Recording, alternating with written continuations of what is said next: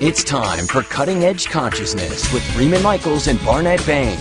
Thought-provoking discussions and bold ideas from the edge of possibility. And welcome to Cutting Edge Consciousness. Freeman Michaels here. Was here with Barnett Bain. Did he really say old ideas? Or We've had the same intro for 2.5, 3 years now. I just keep hoping. I'm calibrating for something new, and every week I'm looking forward to something new. We are re-recording it. I don't know if you knew that. I didn't know that. Yeah. Can we get a little beat under there, a little rhythm? Yeah, we're going to change sleepy, it. Isn't it? All right, well, we'll pick it up for you. Yeah, that'd be good. Something to wake Barnett up. Because we're on like now right before Coast to Coast. And that's right. We gotta, if we get a big enough beat, maybe we can pull some of those folks over. I think we're pulling a few of those over folks. to the light side. Over to the light side. The fluffy conversation. So we had a good weekend, didn't I? Oh, my gosh. Unbelievable. Yeah. We should probably tell folks about what we were doing. Well, so we were at a meeting of the Association of Transformational Leaders, an organization, a spin-off organization of the Transformational Leadership Council, founded by Jack Canfield. Jack, of course, was there this weekend. And so were a lot of other amazing people. A lot of fun Eckhart Tolle was there, and Arianna Huffington, and just some amazing folks. And we played the Samurai Games. Yeah. That was intense. Yeah. Mary Morrissey. Oh, my God, I loved Mary Morrissey. Yeah. That was very powerful for me. Her talk.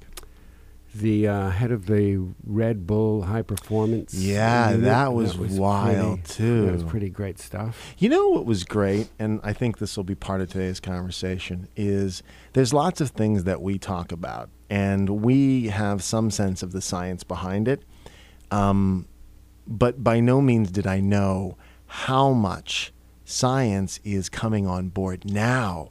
The Red Bull guy, when he was talking about the science and how they are working, it's fascinating. So the meditative state, that state of sort of calm, we had a talk about the still point, right? This is the guy who ran the program, by the way, that we just saw Felix Baumgartner leap from the stratosphere, and right. in that incredibly dramatic footage that was webcast all over the world. And this was the man that ran that program. And he works with all kinds of high-performance athletes who are Red Bull sponsored, right? What they're working on, it's fascinating. So getting someone into that sort of contemplative state where, and with young people, because a lot of these sort of surfers and snowboarders or extreme sports people are they're working on like technology, like a video game that would get them into this contemplative state. I thought that was fascinating. But just all of the science behind the blood tests and really relating to the potential, the human potential from a particular angle, which is something that you and I talk about all the time, our own potential, our own experience of various practices and so forth, and then what the effect is on our experience. Which I guess brings us to what Arianna was talking about. Go ahead. Well, there's a drill down for me. Yeah, please. What I saw in all of those presentations, and we're talking about Andy Walsh, who runs the Red Bull High Performance program. You knew it was back there in the back of your brain. It was there. I just had to wait till it came up the stairs. He's going to be on this show. I mean, we've agreed that he's coming on and so forth. So we'll talk more about this in a future date. So what is amazing in that presentation and in all of them, listening to Eckhart Tolle as well, the same communication comes through, that we have both. We are primarily oriented towards doing, and what creates the space for the doing, and in many ways supersedes it, are being states. Yeah. In the Red Bull program, they are working with high-performance athletes and artists in order to discover what science and what metrics they can pull from these studies that are teachable. Yeah. For all of the rest of us. And one of the things that I saw over and over and over again has to do with being states. Those are the big distinguishing characteristics. Across the board, there are all kinds of people that operate at certain levels of excellence. Right.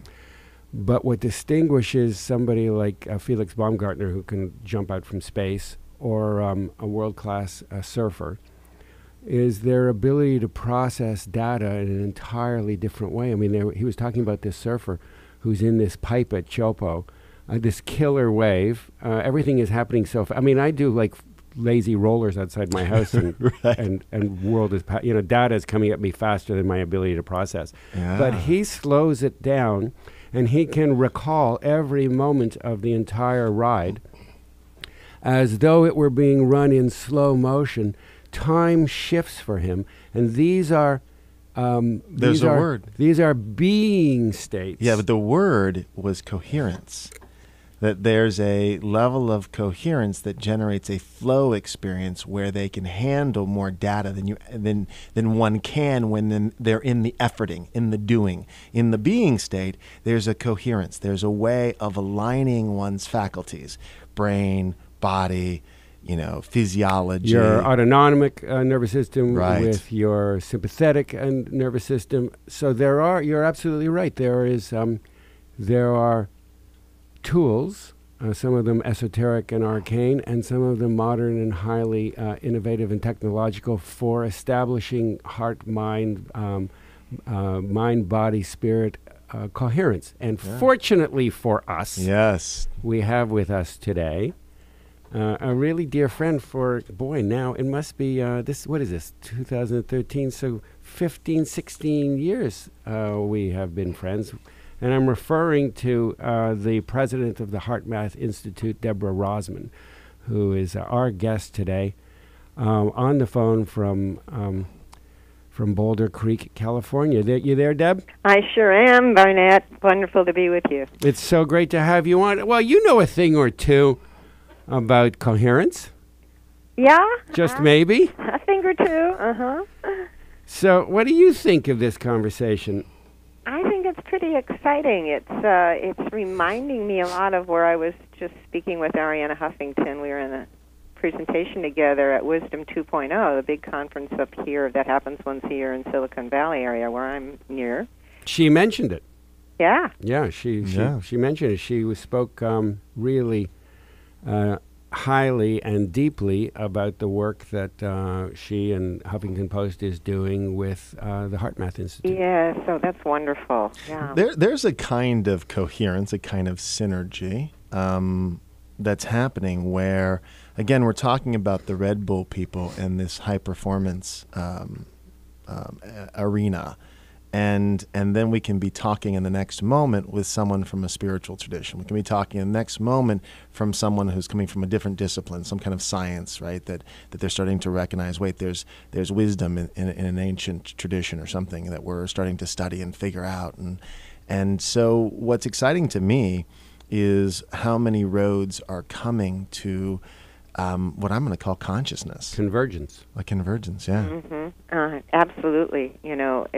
I just have to comment that I think it's very interesting that somebody from Red Bull would be talking about the still point, Yeah, no kidding. And meditative practices. And, I've got to get him plugged into HeartMath. Yeah. So Well, you were up go ahead. you were up at Wisdom 2.0, and I know that you mentioned you were doing this presentation with Arianna, and you and Arianna are cooking up this GPS for the soul. It's thing. cooked. It's on my phone right here. I've got it right here. Yeah.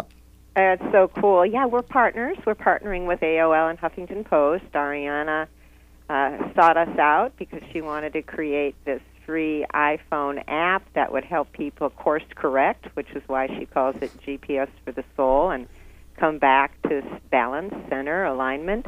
And she knew of our research and our technology on heart rate variability coherence. Well, let's back up a little bit. So we're talking about alignment and heart rate variability coherence, and all of that is to say, how does all of that fit into where we started galloping off this morning?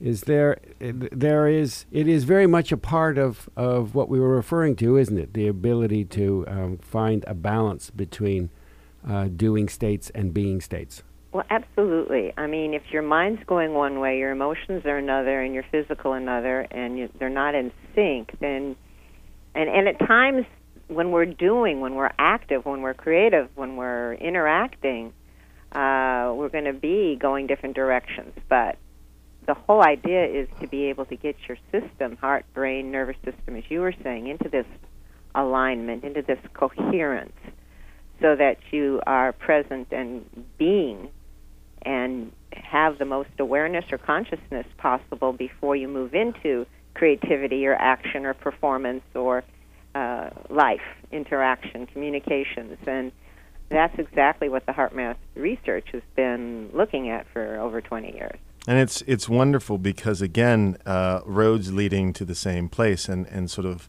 we can work backwards with this, that our choices have, many of us, in large part, organized around a set of priorities and around certain faculties, namely the mind, the imbalance, not to diminish the brain and it's wonderful what it can do, but when it's disconnected from the heart, our priorities shift in a way that may not be helpful. I think we're seeing some pushback and blowback on that culturally and ecologically and in so many different areas of our world where that imbalance is so exaggerated and glaring.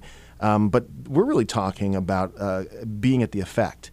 Not the cause, but the effect, actually going to, as an individual, how we shift our focus and begin to watch that have an effect outwardly. Because besides the GPS for the soul, you guys have created some really interesting metrics for measuring the effect of groups of individuals on the collective experience. Mm-hmm. Exactly. Well, it starts with the individual. Right. And it starts with ourselves getting ourselves aligned, getting the mind aligned with the heart, and getting into that state where it's a psychophysiological state of heart rhythm coherence, and then the heart rhythm entrains the mind, emotions, into that alignment where you have the ability to make choices that are more effective, more aware, more intuitive. And as you do that individually, you are actually, as the research at HeartMath is showing, and elsewhere is showing, that the heart puts out an electromagnetic field. Think of it like a radio transmitter. We're on a radio show right now that's transmitting frequencies to the people who are listening. And your heart is really transmitting frequencies, and along those frequencies, the information of the radio show of your heart is conveying emotional state. So when you're angry, frustrated, out of sync, upset, you are actually putting that kind of energy out into the field environment. And when you're in heartfelt, loving, caring, compassionate, appreciative states, that's what aligns the heart, mind, and nervous system. That's why there are no traffic accidents when cutting-edge consciousness is on the air.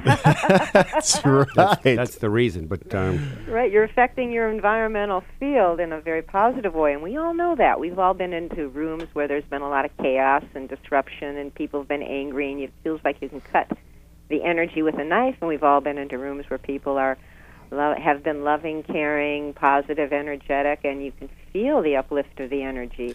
And we've watched someone come into a room and shift the energy one way or another. I mean, we've watched people come in the room who have a kind of coherence and a calming effect, and the opposite, of course, is true as well, where someone comes in the room, a calm room, seemingly calm, and they come in and they are frantic and they're agitated, and next thing you know, everyone's joining in. So this is the proof in our day-to-day life, but the idea of actually measuring this and having a device on my iPhone, right, to recalibrate at any given moment.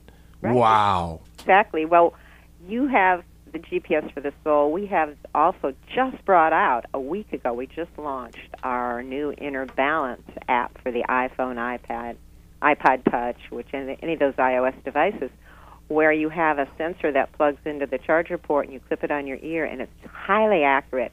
It takes you to different levels. That GPS for the soul is just a taste, an introduction to where you really can change and improve your coherence baseline. And what that means is you have more natural coherence happening in your system throughout the day as you practice simple techniques and get the heart rhythm feedback right on your iPhone. I want to just drill down for a second to the takeaway for this, for those of you that are listening in your cars, in your homes. I have been an early adopter of this technology. I've been very diligently a fan of this for 14, 15 years now, and I'm thrilled to have the iPhone version of it. I just got my ear sensor yesterday. Wow. And my lobe is sore. My lobe is sore. But I've been using this for many years, and when we say that it creates a more effective field, that is such an understatement. It fosters an environment that allows us to bring on, to have access to more of our own personal capacity, heart capacity, emotional capacity, mental capacity, but it is all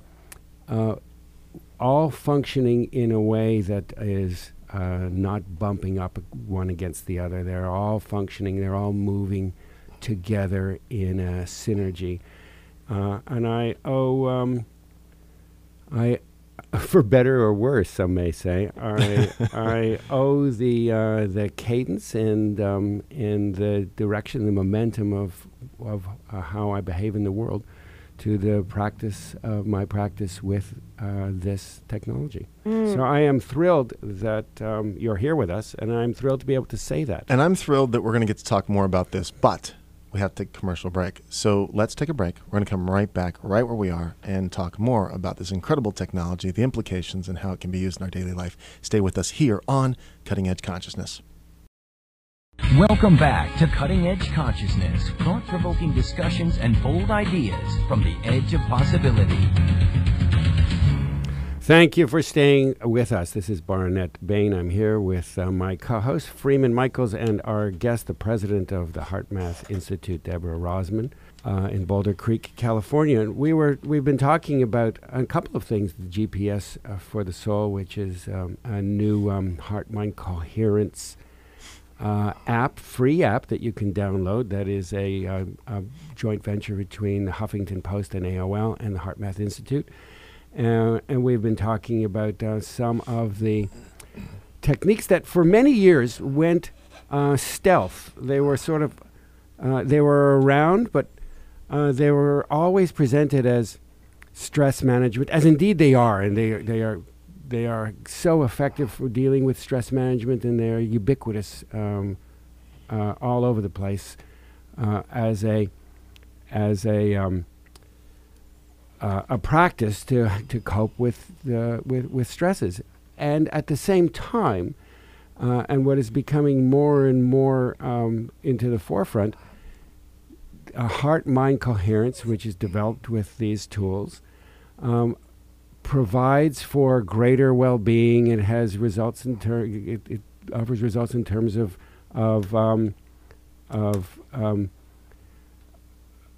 managing your emotional states and your creative states. I mean, it's all pervasive. It's not just about stress, is it? Not at all. I mean, stress is what gets in the way. If stress indicates that something's out of sync and it's feeding back on us, and we feel it emotionally. We feel anxious, angst, tension, frustration, or something's feeding back physically, physical stress, mental stress. And again, when there's a little stress, it can be a challenge that we can shift back to alignment and pursue solutions. But a lot of stress just drains our energy, and it's hard to recoup. So our focus at HeartMath has been to reach a large population by addressing the stress epidemic that has been growing year over year, and help people get back in sync, back in balance and alignment. And that's just the start, because as you said, then what unfolds is your creative potentials. You have more intuitive discernment moment to moment in the choices you make. You're more aware of the wholeness. And what gets us into coherence is the qualities of the heart that both ancient scriptures and Native American cultures and people in their own heart of hearts know is what makes them feel most aligned and better is heart qualities: love, care, compassion, gratitude, appreciation. These are not just sweet feelings or sweet attitudes. They are actually very powerful for getting your heart rhythms into a coherent mode, which is where coherence in this context comes from, because you want that heart rhythm state into that harmonious, ordered, smooth, coherent pattern, which is what the inner balance, a trainer, that iPhone app you talked about, helps you see when you're there.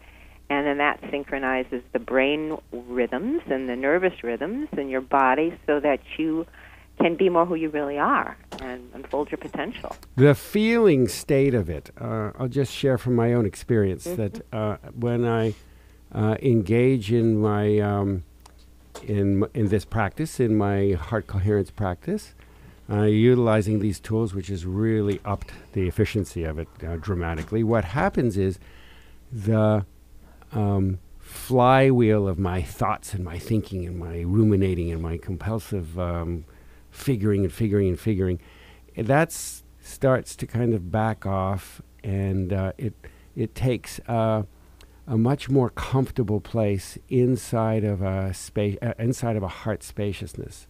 It doesn't drive the bus anymore, and that's the reason that there is access to so much more of ourselves. When that kind of obsessive bus driver is sitting in the back, then it allows for all kinds of other gifts and talents, and we get to hear from other parts of ourselves. Mm-hmm. Absolutely, and you get to be more sensitive and aware of the information around you, not information overload, but sensitivities to people, what their essence is really saying. It helps relationship communication, as well as productivity at work, time management, all these practical things that it really helps you have a whole new relationship to when you can get into that heart coherence or heart spaciousness. I like that term. I love the effect, again, going back to what we were talking about previously, of an individual on the collective experience. And I have become very aware of my effect on my world, as I see it, at least. And so I want to talk a little bit about big picture, because one of the things that's exciting for me, and I think this is the wisdom of what you and Doc and Howard Martin and others have come to organize around, is the quantum perspective, the last 100 years or so, or less even, where this kind of way of viewing things has come online. I can't help but use technology language. It's so interesting because it kind of is a new operating system, right? It is. And it's interesting, too, with technology, because you just came back from Wisdom 2.0, that, there's a silo. There's an area where we're really okay at exploring possibility, and we're blowing out, paradigms, left and right. What was possible, in one moment, everyone's working to blow it out the next, because it's an arena where it seems to be less disorganizing, right? Because in the personal growth and human potential perspective, this knowledge or this new information is highly disorganizing. So it's interesting that we have kind of this siloed expression that people are kind of comfortable with, right? I can handle this in the world of technology. What I dig is, again, it's all converging. And so that you guys are playing with technology, which people are like, oh, cool, technology, I can handle that. I can digest it in those terms. The same is true of science, because obviously a mystic can come along and say everything we've just said in different terms, but will people be able to hear it? So I love the fact that, it's taking the lead, recognizing that, okay, look, this is we know this to be true fundamentally. We've experienced it maybe in Esalen or in a personal growth experience and so forth and so on. But I know early on with you guys, you realized, okay, we have to bring some empirical data to this. We've got to find a distribution system where people can digest this and make sense of it where they are, right? Exactly. Well, Doc Childrey, the founder of HeartMath's vision, way back when I first started working with him on what became HeartMath in the mid-'80s, and his vision was even prior to that, was truly creating a simple system that people could really understand in the heart and what it does to the human system, the role of the heart's power and intelligence, but to have it be research-based. And so we founded the Institute of HeartMath in 1991 and really delved into what is the psychophysiology of heart, brain, nervous system interactivity, and all the years of meditation applied to what is the state where people could really connect with their heart's intuitive guidance and become more who they really are and be healthier, happier, more fulfilled, unfold their potential. So it started very intentionally looking at the research and having a simple system, which is what HeartMath was called, that was research-based, so that a taxi cab driver, a person from any religion or walk of life could use it. It had to be neutral in that way, and that's what science allows, is that neutrality. And of course, as technology advanced, and we developed the M-Wave technology, which became the inner balance on the iPhone app and applied in GPS for the soul. That technology, we developed the for-profit HeartMath companies to bring this into business and hospital systems, and we've been in the streets and the schools researching and assessing and maintaining that, but being able to reach a large swath of society that would never adopt so-called spiritual practices because there's so often rituals and dogmas that are associated with them that alienate one group while they appeal to another group. And that's the beauty of technology, bringing that together with the power and intelligence of the heart and being able to see when you're really there, so you refine your practices or you boost your self-help efforts and your efforts towards behavior change by getting that alignment. It's a very powerful convergence of inner technology and outer technology. And by the way, just for clarity, I'm president of HeartMath Inc., which is the for-profit side, and the Institute of HeartMath is the nonprofit research side that also works with underreached populations. Just so everybody understands, there's two organizations that work together, the research on the nonprofit and the technology development and training programs on the for-profit. So our listeners, so there is no confusion amongst our listeners, the beauty of the app and of Inner Balance and M-Wave, which came before it, there were, I think, a few, but it came before that. I've loved them all. I have them in all their various... Evolutionary. Well, one was on the computer. You have one that was actually on your computer itself. Yeah, I still have that one. That's great. But what's wonderful about these is people understand the technology doesn't do anything to you.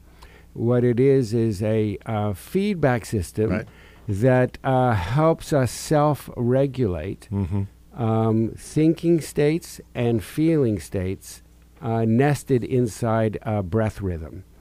And all of this is quantified in terms of a data capture thing, this little ear cuff, or it can be on the iPhone, the sensor on the back of the iPhone. You can put your finger over that. There are all kinds of different data capture devices, ear cuffs, finger cuffs, all sorts of things that allow for the tech to run its algorithms and feedback in the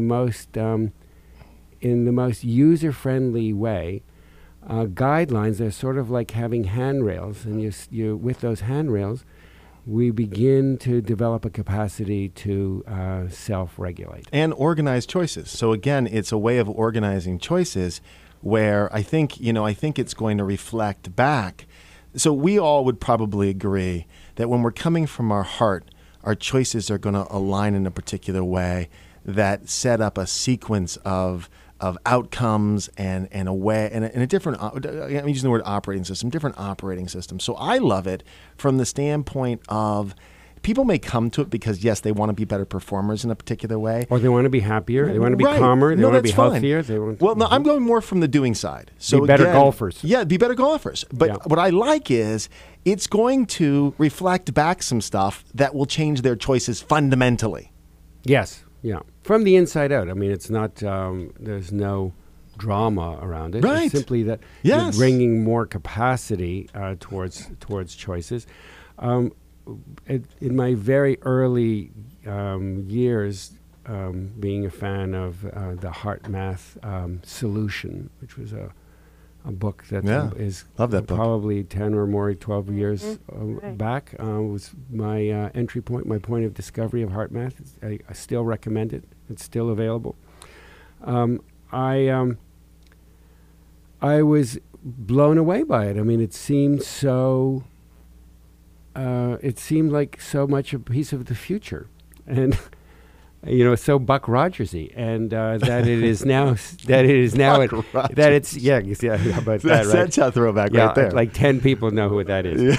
So, and now that it's this has become so mainstreamed, you hear about these ideas everywhere, and that the HeartMath tools are available as on GPS for the Soul as a free downloadable app. It just shows how quickly things are moving for the better. Absolutely, and I'm glad you mentioned quickly because, since it's a consciousness show that you have, I mean, there's a big shift happening on this planet, and the acceleration that people are experiencing, amplifying their emotional rhythms, their emotional worlds, positively or stressfully. Yeah, amplifying the imbalance, big time. Exactly, in big time. People really need tools. That's why our mission is to get these tools to as many people as possible, but also with the understanding that what's going on, because so many people think they're going crazy. I mean, they don't know where the anxiety is coming from or where the anger or frustration is, and they don't realize that, the solar flares that are happening, the acceleration of technology, speeding everything up. There's just a lot happening on the planet that's really affecting people. And if people don't understand it, they can feel very badly about themselves, which just makes it worse. And so we have a real deep heart care and desire to reach people to let them know, hey, it's okay, there is a state of ease. Well, we will have on the Cutting Edge Consciousness website there for any of our listeners that want to learn more. You can go to our website and you'll see information for HeartMath. And Deb, in our remaining moments, why don't you share website information and anything that you feel is important? Sure. Well, people can go to heartmath.com and they can learn all about Inner Balance. They can download it, the free app at iTunes called Inner Balance, and then they'll need a sensor to go with that, which they can order at heartmath.com.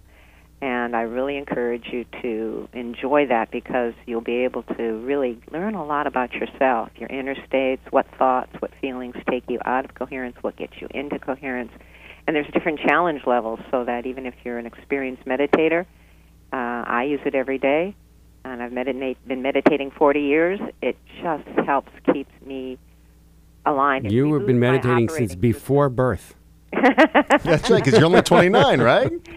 Yeah, and it helps your environment. I mean, again, so many people want to know how they can help, how they can give back. Well, getting ourselves in sync and balancing our emotions, I mean, truly helps those around you, and it helps the energetic field environment. It helps the planet. Yeah. And that is the big. You just she did. This is self-organizing because it does. What I was saying before is it doesn't matter where you come to this from. It's going to self-organize back to deeper, more profound, more coherent decision making. Right? Absolutely. And impact. Yeah. And impact, obviously. Yeah. Impact. Well, there's coherence in nature from the quantum coherence level right to the human coherence. Are we in chaos internally? Are we internal coherence? And now we can measure it. It's so fantastic. It's so fantastic. Deborah, I am so grateful. I mean, I'm grateful for HeartMath and for all the work that's been done, but I'm especially grateful today that you took I brought the time. her here so you can take me to lunch.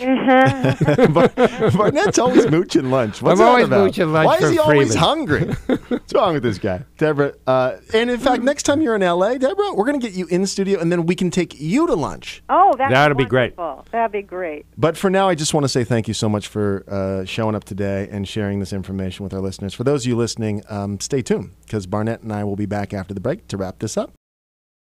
Welcome back to Cutting Edge Consciousness, thought-provoking discussions and bold ideas from the edge of possibility.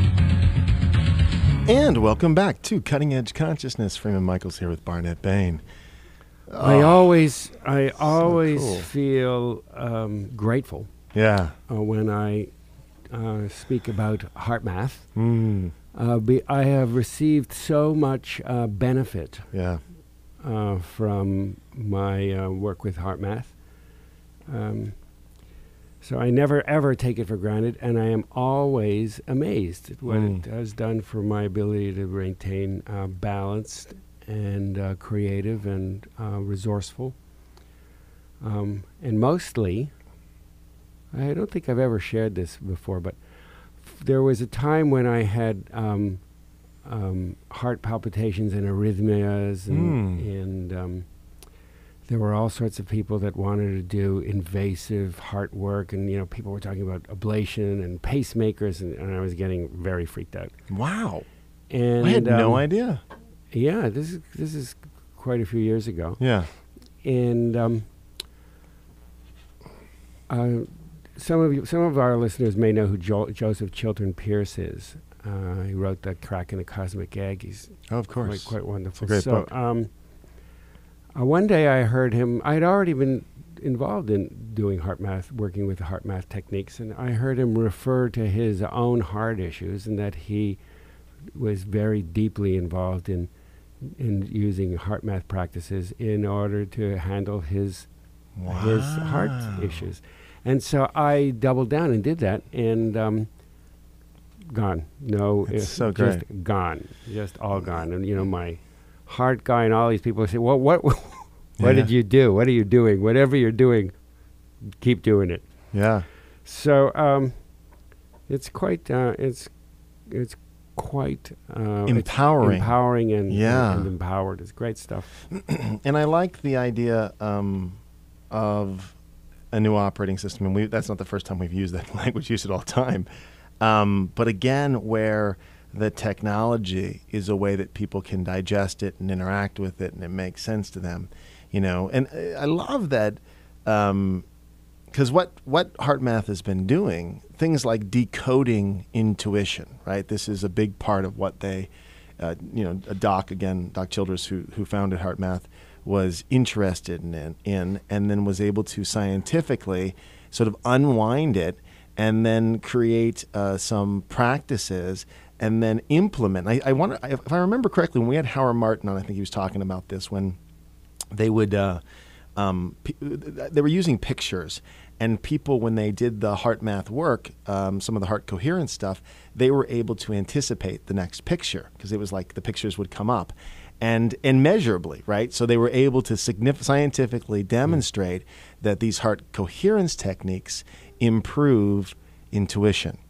But now it's an app, Now it's an app. It's so cool that it's like I can say, you know what?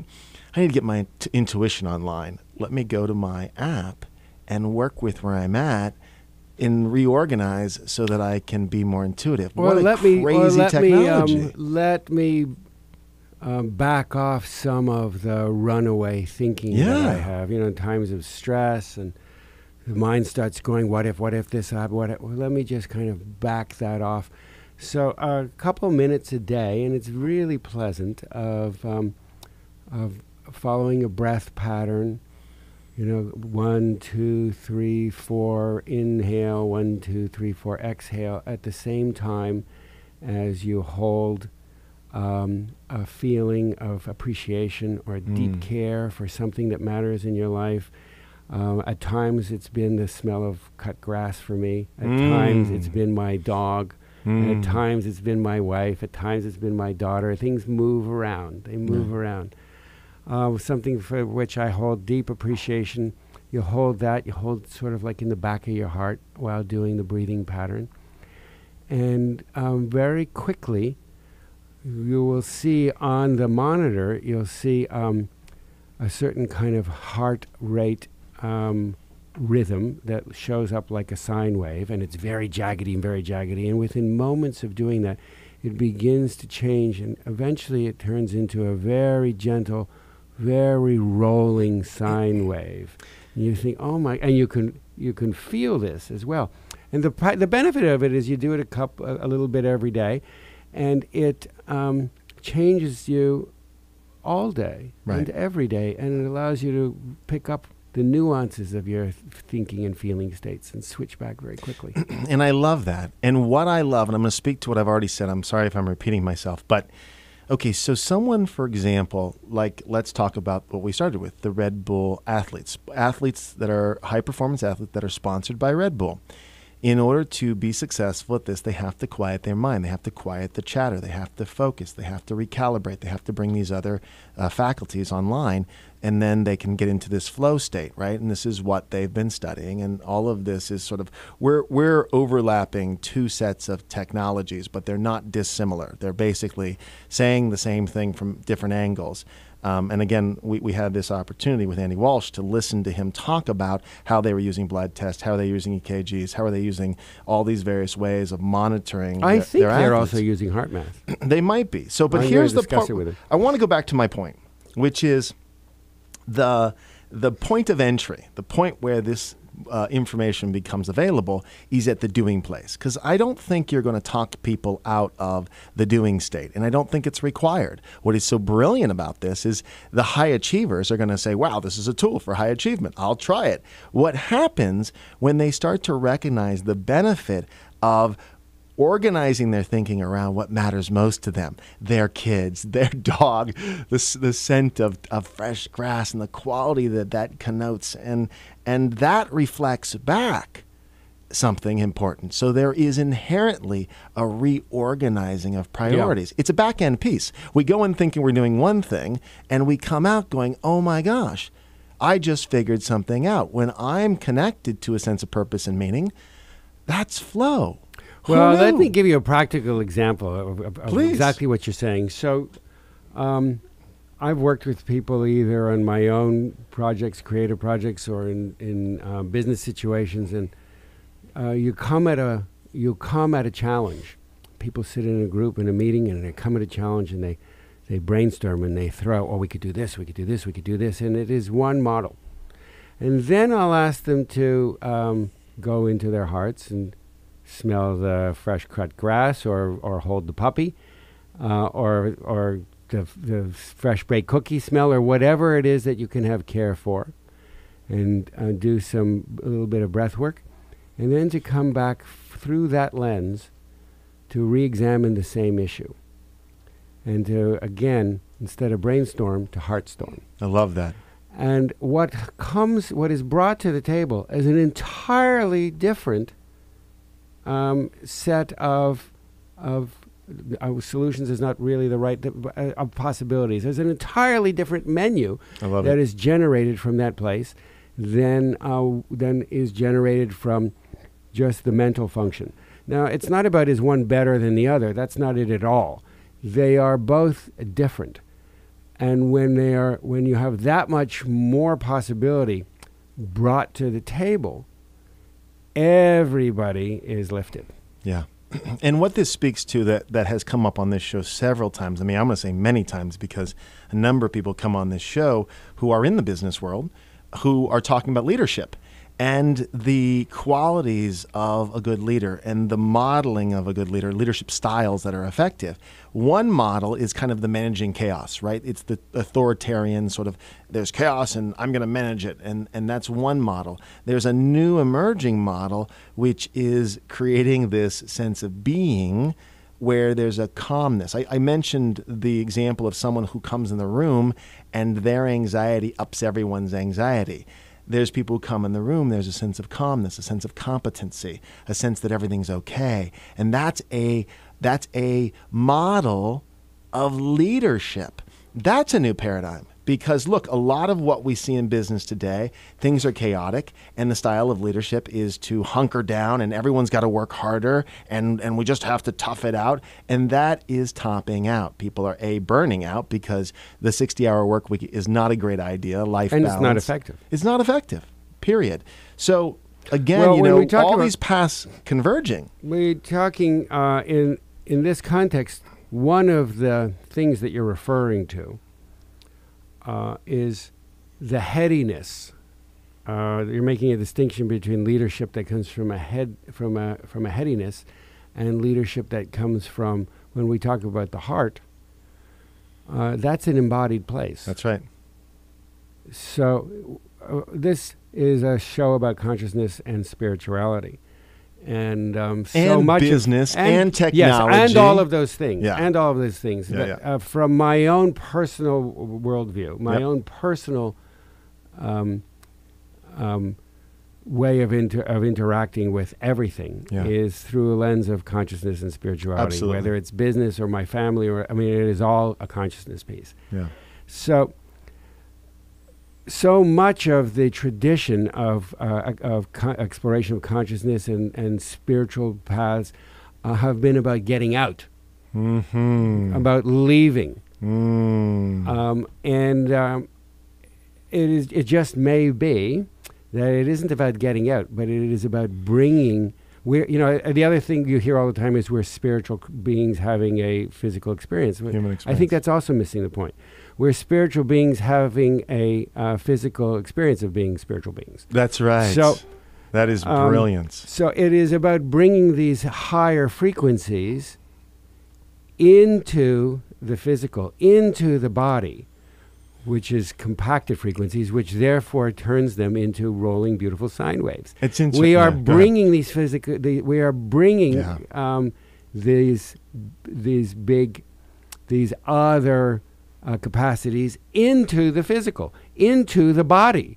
So there's much now that being heard around somatic awareness and body awareness, and all of these things converge. We open to everything at once.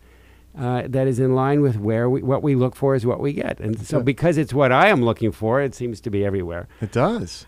So the heart-mind coherence is about marrying in a coherent way the mental function with the heart and somatic function, bringing it into the heart and into the body and into the world. It was cool this last weekend when Eckhart said, I've changed my language a little, because he used to talk in terms of higher. He said I'd say something like a higher intelligence, higher. And he says, I've changed my language, and I think it's more accurately expressed as deeper. Mm-hmm. Yeah, I don't know if you remember that. That was powerful for me. I was like, yeah, that's it. Because it speaks to this, about how we're deepening. And it's funny, too, because in this ongoing almost 3-year conversation, 3 years in July, that you and I have been having. Are we having a party? We should. We should. We should definitely do something. The language of capacity. Deepening is an expansion of capacity, that I've got more online, more of my own faculties online, and there's a more resonant tone to it. It's got something to it, substance to it. So, it's interesting because part of the meandering of this conversation, part of what we set up in saying we're going to have a conversation about consciousness, but we want to do it from the edge. In other words, we're not going to track back to what we know, or we're going to work at least to climb out of that enough to play at the edge of possibility, where we're learning something, where we're growing in some way. And I keep thinking it's a deepening process. I keep coming back to, no, it's a deepening process. And again, it's what you said, it's not an out. I'm not trying to transcend anything. I'm trying to come into this body fully, so I can relate to it from a kind of perspective that we can call spiritual perspective, consciousness perspective. That's great. But I want to be in the experience. I want the embodied experience, and that's more powerful for me. So it's fun to have these little devices that are going, hey, you're drifting, get grounded, get centered, get in your body, come to this physical experience as an expression of spiritual essence or something of that nature. We've always had devices. We've always had. That's a good point. We've always had tools in the outer world to express the inner world. They're all a sundial, and they all become, by virtue of the meaning that we grant to it, they become ritualized and ceremonial objects. Everything from candles and sundials to books and Bibles. Yeah. To smartphones, to standing stones. There's just right. Pick one. Yeah, no, I love that. that again, it's Our engineer walked out on us. I know where we're at. Are we unpopular, we have 3 minutes? That's wonderful. It's good. I'm paying attention to that. I've got I've got a little piece of technology over here that tells me the time. And as Bashar would say, as Darryl Anka would say, as time as we create time to exist. Yeah. As we create it in the moment. Yeah. It's good to have these little symbols that play along, that reinforce the game we're choosing, that reinforce the story. Oh, I'm gonna express that energy. It's gonna show up as this narrative. We're gonna have something called time. Then we should have something to measure it. Yeah, and the idea that we could make it. Let's make time.